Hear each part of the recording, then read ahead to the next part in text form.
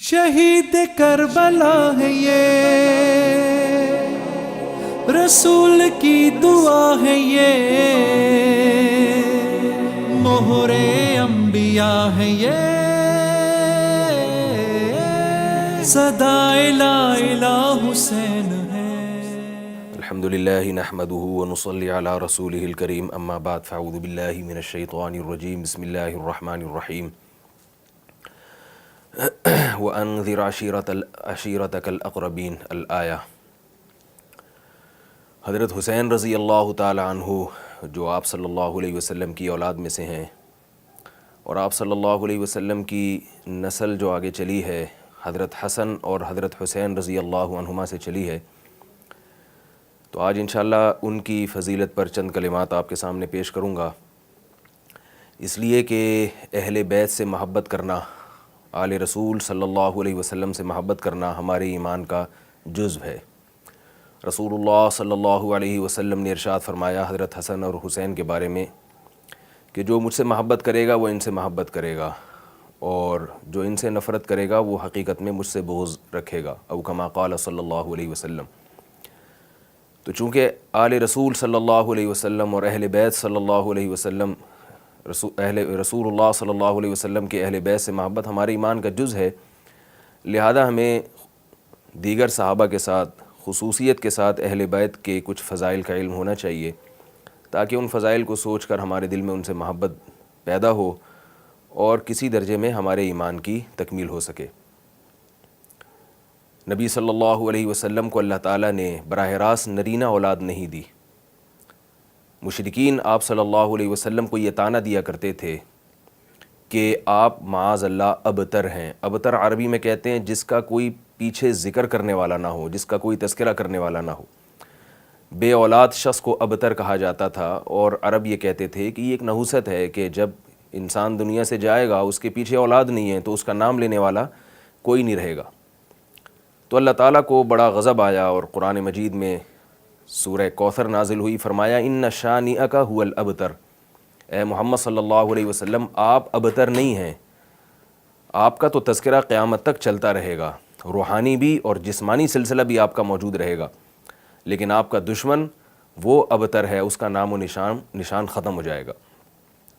تو اللہ تعالیٰ نے محمد صلی اللہ علیہ وسلم کے روحانی سلسلے کو جو چلایا، وہ جتنے بھی مسلمان ہیں آج 1 ارب 22 کروڑ سے زیادہ مسلمان، وہ نبی صلی اللہ علیہ وسلم کی روحانی اولاد ہیں، اور اللہ تعالیٰ نے آپ صلی اللہ علیہ وسلم کی جسمانی اولاد کا جو سلسلہ چلایا وہ حضرت حسن اور حضرت حسین سے چلایا، اور آج آپ کو سادات دنیا میں بہت کثیر تعداد میں ملیں گے۔ تو آپ صلی اللہ علیہ وسلم کے دشمن کے بارے میں اللہ نے جو فرمایا تھا کہ ابتر ہے، وہ واقعی ابتر ثابت ہوا، اور ہمارے نبی صلی اللہ علیہ وسلم کو اللہ تعالیٰ نے جو اولاد دی، انہیں جن اوصاف سے مزین کیا، وہ اولاد آج تک ان کی نسل موجود ہے، اور ان میں نبی صلی اللہ علیہ وسلم کی نسل کو بڑھانے میں، آپ صلی اللہ علیہ وسلم کی نسل کو چلانے میں 2 شخصیتیں ہیں، حضرت حسن اور حضرت حسین۔ آپ صلی اللہ علیہ وسلم کی جو 4 بیٹیاں تھیں ان سے آپ صلی اللہ علیہ وسلم کی آگے اولاد نہیں چلی۔ نبی صلی اللہ علیہ وسلم نے حضرت حسن اور حضرت حسین کا نام خود تجویز فرمایا۔ روایات میں آتا ہے کہ جب حضرت حسن کی پیدائش ہوئی، آپ صلی اللہ علیہ وسلم نے ان کا نام حسن رکھا۔ عربی میں حسن کہتے ہیں کہ خوبصورت چہرے والے کو، تو حضرت حسن چونکہ بہت خوبصورت تھے، نبی صلی اللہ علیہ وسلم پر گئے تھے۔ روایات میں آتا ہے کہ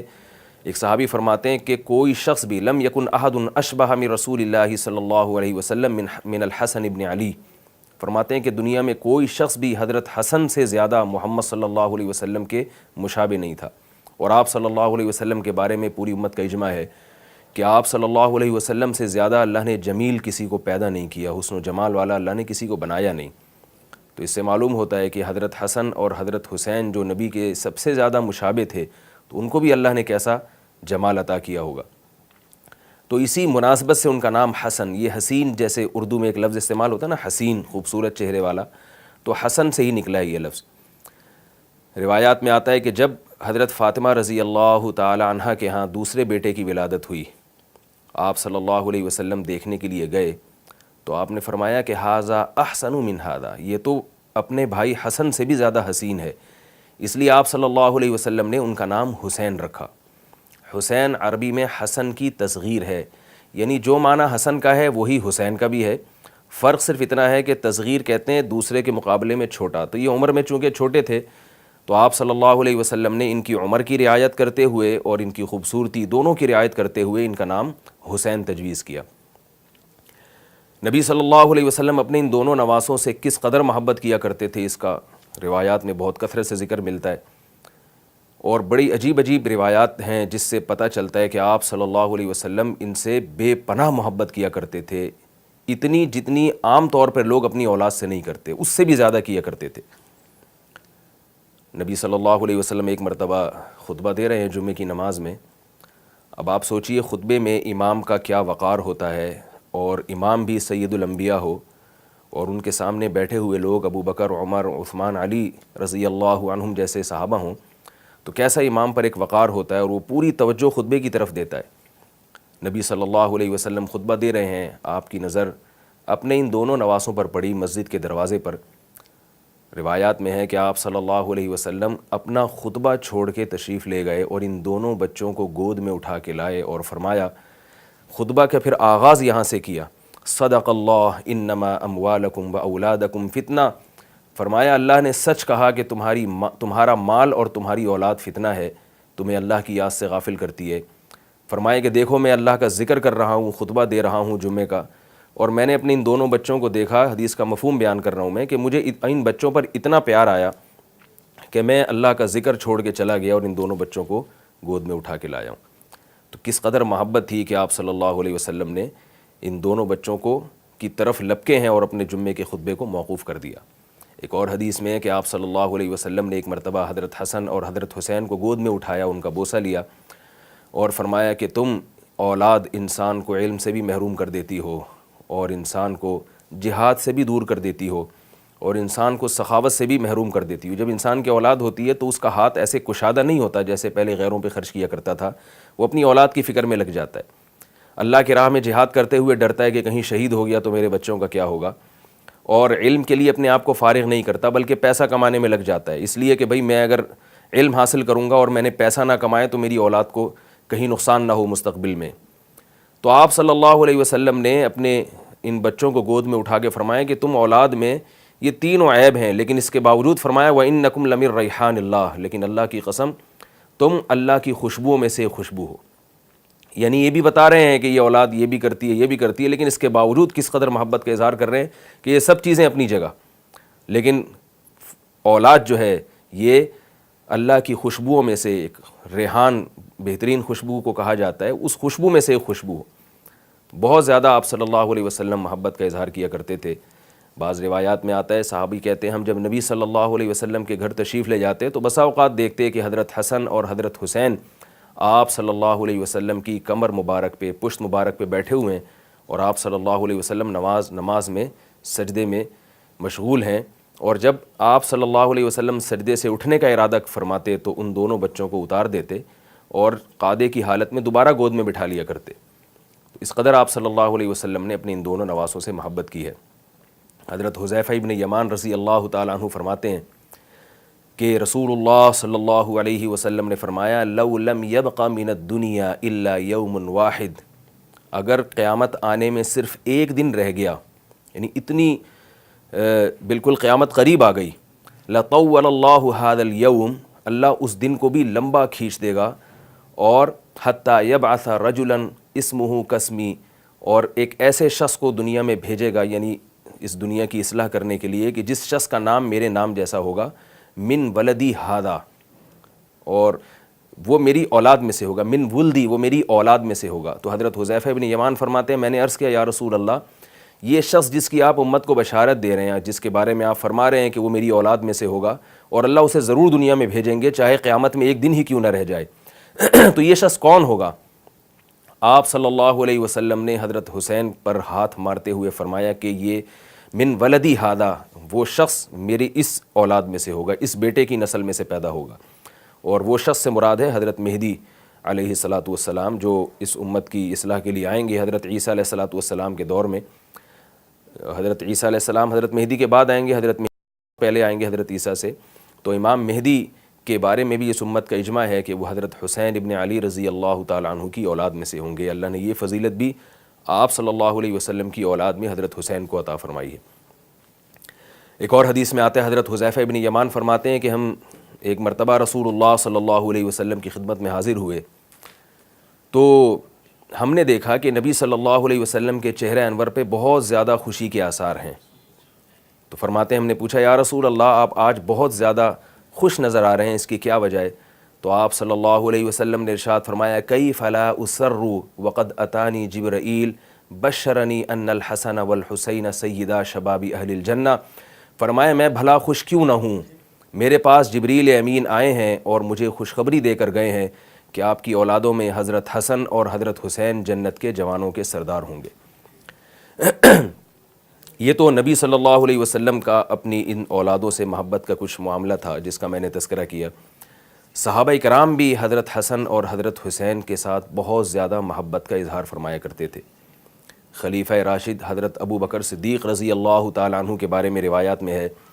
کہ جب بھی گلی میں گزرتے اور حضرت حسین کو کہیں دیکھتے تو اٹھا کے گود میں اٹھا کے ان کو پیار کرتے۔ ایک مرتبہ حضرت ابو بکر صدیق رضی اللہ تعالیٰ عنہ نے حضرت حسین کو گود میں اٹھا کے پیار کیا اور فرمایا اور آنکھوں سے آنسو جاری ہیں، اور اس حدیث کے راوی بھی حضرت علی رضی اللہ تعالیٰ عنہ ہیں۔ فرماتے ہیں کہ ابو بکر کی آنکھوں سے آنسو جاری تھے اور حضرت ابو بکر فرما رہے تھے والذی نفسی بیدی لقرابۃ رسول اللہ صلی اللہ علیہ وسلم احب الی ان اصل من قرابتی، اس ذات کی قسم جس کے ہاتھ میں میری جان ہے، مجھے محمد صلی اللہ علیہ وسلم کے خونی رشتوں کی قدر اللہ کی قسم اپنے رشتوں سے زیادہ محبوب ہے۔ یہ حضرت ابو بکر کا حضرت حسین کے ساتھ معاملہ تھا۔ اور اس کے علاوہ بھی حضرت ابو بکر رضی اللہ تعالی عنہ نبی صلی اللہ علیہ وسلم کے اہل و عیال اور آپ کی آل کے بارے میں لوگوں کو بہت تاکید فرمایا کرتے تھے۔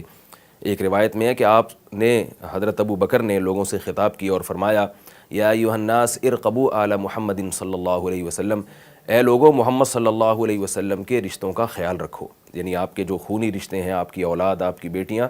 ان کے بارے میں اللہ سے ڈرو۔ ایک اور روایت میں آتا ہے کہ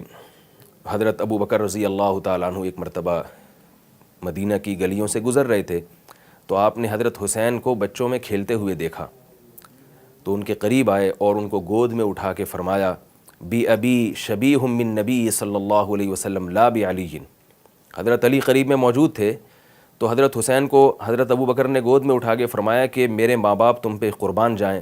اللہ کی قسم یہ محمد صلی اللہ علیہ وسلم کے زیادہ مشابہ ہیں، علی کے مشابہ نہیں ہیں، یعنی حضرت علی کے مشابہت ان میں کم ہے اور شکل و صورت میں محمد صلی اللہ علیہ وسلم کی یہ زیادہ مشابہ ہیں۔